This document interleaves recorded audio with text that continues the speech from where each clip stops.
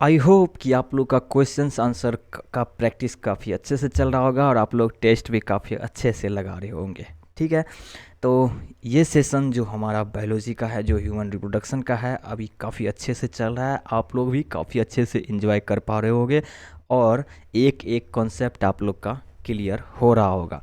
जिनको थोड़ा सा भी डाउट आ रहा है वो कमेंट सेक्शन का यूज कर सकते हैं। आप लोगों के लिए ही कमेंट सेक्शन का बनाया गया है, जो कि बेहतरीन तरीका है डाउट सॉल्विंग का और एक दूसरे से इंटरेक्ट करने का। तो लेट्स गेट स्टार्टेड। आज हम लोग देखेंगे कैपेसिटेशन ऑफ स्पर्म्स। ठीक है, चलिए देखते हैं, हम लोग आगे बढ़ते हैं। क्या करता है ना, स्पर्म्स अपना फंक्शनल मैच्योरिटी पे अटेंड करता है, जो कि स्पर्म जो है क्या हो जाता है, कैपेबल हो जाता है किस चीज़ के लिए, फर्टिलाइजिंग के लिए। ये क्या होता है, कैपेबल हो जाता है, fertilise the egg in female reproductive tract. Egg को फर्टिलाइज करने के लिए कैपेबल हो जाता है। अब आप देखो, ये अपना स्पर्म का स्ट्रक्चर है।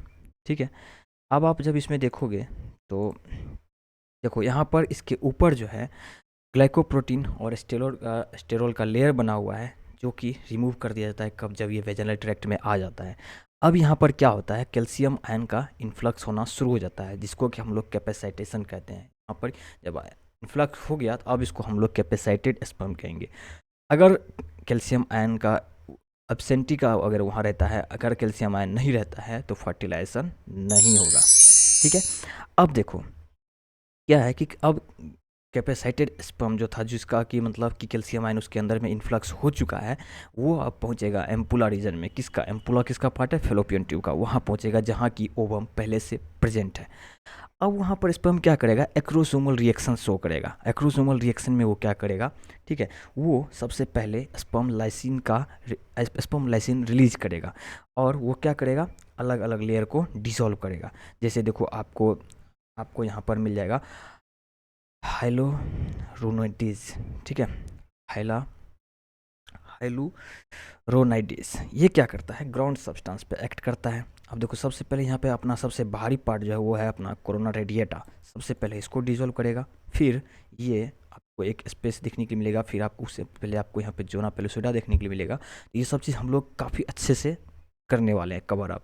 उसके बाद आपको यहाँ पे कोरोना पेनेट्रेटिंग एंजाइम, ये क्या करेगा, कोरोना रेडिएटा को डिसॉल्व करेगा। फिर आता है अपना जोना लाइसिन और एक्रोसिन, ये क्या करेगा, जोना पेलुसिडा को डिसॉल्व करेगा।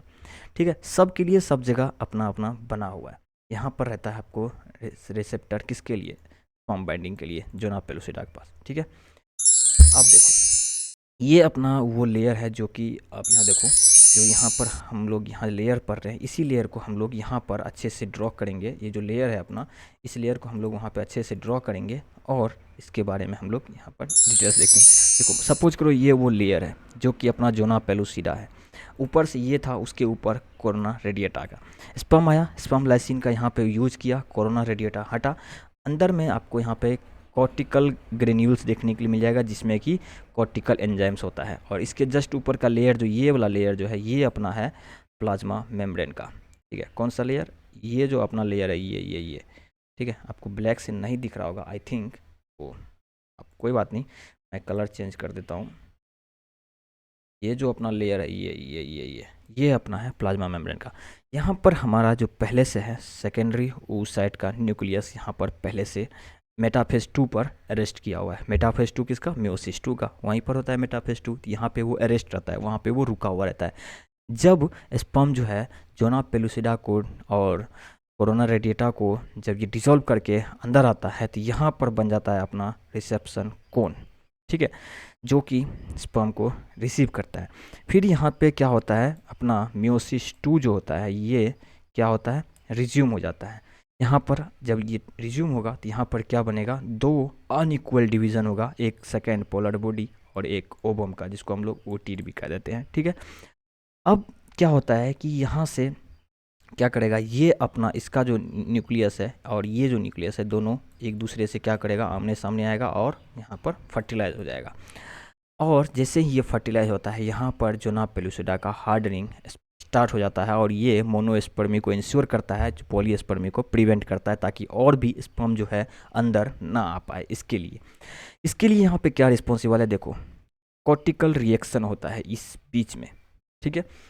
इस बीच में प्लाज्मा मेम्ब्रेन और जोना पेलुसिडा लेयर के बीच में कॉर्टिकल रिएक्शन होता है, जो कि जोना पेलुसिडा को और ज़्यादा हार्डनिंग में हेल्प करता है, ठीक है। चलो अब देखो, जैसे ही स्पर्म क्या होगा, ठीक है, जैसे ही स्पर्म प्लाज्मा मेम्ब्रेन के पास पहुंचेगा, ठीक है, क्या होगा वहाँ पे सेकेंड म्योटिक डिवीज़न कंप्लीट हो जाता है, वहाँ पे अनइक्वल डिवीजन। वहाँ पे क्या होता है, एक तो हम लोग अभी जस्ट बात कर रहे थे कि सेकेंड पोलर बॉडी बनता है, और यहाँ पे अपना हैप्लॉइड न्यूक्लियस किसका, ओटिड का, आप यहाँ देख सकते हो, देखो ओवम जिसको ओटिड भी हम लोग कह रहे थे, वो वहाँ पर फॉर्म हो जाता है। अनइक्वल डिवीजन हम लोग पिछले स्लाइड में ही बात कर लिए थे। अब देखो वहाँ पर एक चीज़ और होता है, वो होता है डीपोलराइजेशन। डीपोलराइजेशन होना भी बहुत ज़्यादा ज़रूरी है। यहाँ पर क्या होता है कि अंदर के साइड पॉजिटिव चार्ज डिपॉजिट हो जाता है और बाहर के साइड निगेटिव चार्ज डिपॉजिट होता है। ये भी ध्यान में रखना बहुत ज़्यादा इंपॉर्टेंट है एक एक चीज़ को, ठीक है। अब हम लोग आगे बढ़ते हैं। यहाँ पर होता है एम्फीमिक्सिस कैरियोगेमी, ठीक है। अब देखो यहाँ पर क्या है कि एक तो हमारा स्पर्म है, उसमें क्या है, हेड है, टेल है, मिडिल पीस है। तो मिडिल पीस और टेल वहाँ से हो जाता है अलग, जो कि हो जाता है डिस्ट्रॉय। जो हमारा हेड है वहाँ पर है अपना न्यूक्लियस, जो कि हम लोग बोल रहे हैं यहाँ पर मेल प्रो न्यूक्लियस, ये हैप्लॉइड होता है। सेम इसी तरह से जो सेकेंड पोलर बॉडी है उधर वो हो जाता है डिस्ट्रॉय। जो हमारा यहाँ सेकेंड पोलर बॉडी फॉर्म हो रहा था, आप यहाँ देखो, जो हमारा यहाँ सेकेंड पोलर बॉडी फॉर्म हो रहा था, ये हो जाता है यहाँ से डिस्ट्रॉय, ठीक है।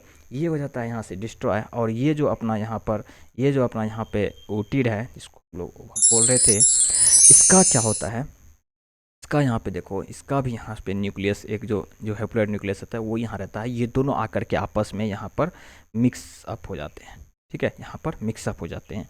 इसी को हम लोग बोल रहे हैं यहाँ पर एम्फीमिक्सिस, ठीक है। फिर फॉर्म होता है हमारा एज यूजुअली जाइगोट, जो यूनिसेलुलर है और डिप्लॉयड है। अब यहाँ पर होगा हमारा फर्टिलाइज्ड ओवम। अब बेबी का सेक्स कैसे डिटरमाइन किया जाएगा कि वो मेल है या फीमेल है। अगर एक्स वाई का यहाँ पर है कॉम्बिनेशन तो वो मेल है, और यहाँ पे देखो एक्स एक्स है, ये फीमेल है। 50-50 चांस है, 50-50% चांसेस है दोनों का। तो मेल डिसाइड करता है, मेल से आएगा एक्स और वाई, दो तरह का क्रोमोसोम, एक आएगा एक्स, एक आएगा वाई, और फीमेल में दोनों ही एक्स रहता है। तो इस हिसाब से हम लोग कह सकते हैं कि मेल डिसाइड करता है कि बेबी मेल होगा या फिर फीमेल होगा, ठीक है। अब हम लोग बढ़ते हैं आगे क्लीवेज की तरफ।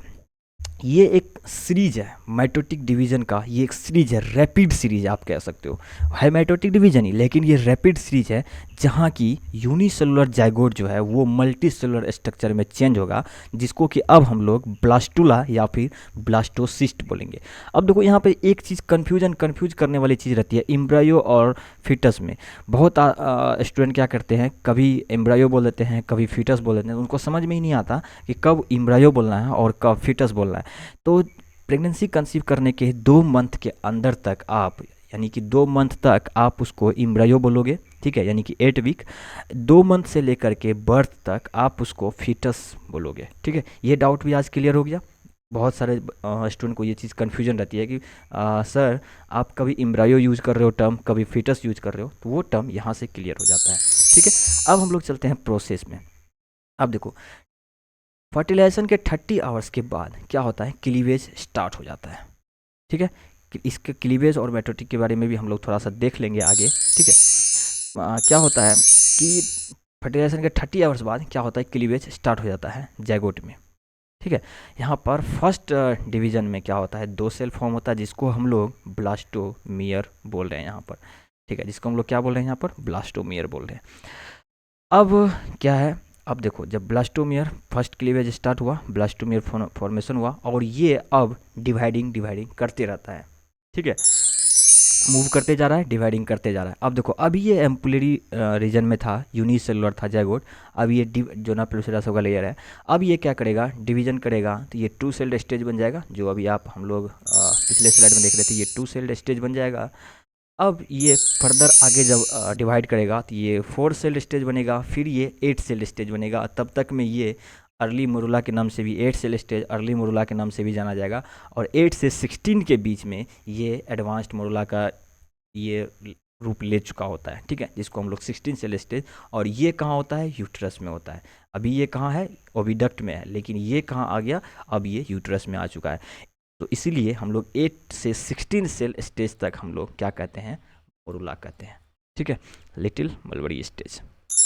ठीक है, अब हम लोग बढ़ते हैं ब्लास्टोसिस्ट का फॉर्मेशन कैसे होता है। अब देखो, मोरुला जो है कंटिन्यू डिवाइड करते रहता है और ये कंटिन्यूस फेलोपियन ट्यूब्स के तरफ, सर्विक्स की तरफ ट्रेवल करते रहता है ये, ठीक है, और ये ब्लास्टोसिस्ट में यानी कि ब्लास्टुला में कन्वर्ट फाइनली हो जाता है।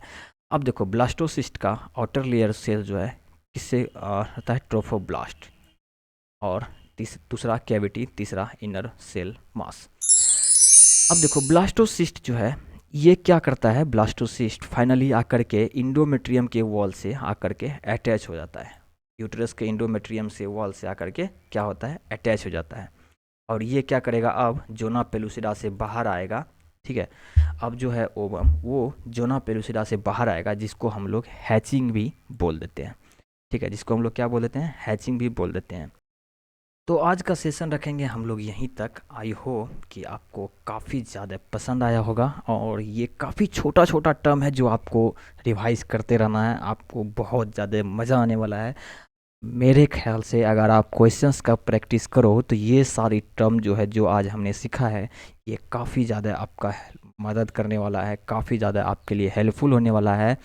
और आप बिलीव नहीं करोगे, आपसे एक भी क्वेश्चंस यहाँ से बाहर नहीं जाने वाला है आपका। आप अपना टेस्ट सीरीज का क्वेश्चंस उठा लो, अपना एनसीईआरटी का क्वेश्चंस उठा लो, एक भी क्वेश्चंस यहाँ से बाहर नहीं जाने वाला है। तो इसी होप के साथ ये वीडियो को करते हैं यहीं पे ख़त्म। आई होप कि आपको सारा चीज़ समझ में आ गया होगा। तो चलिए मिलते हैं अगले में लेक्चर में, वो भी काफ़ी इजी तरीके से एक्सप्लेनेशन में हम लोग शामिल होंगे। ठीक है, बाय बाय।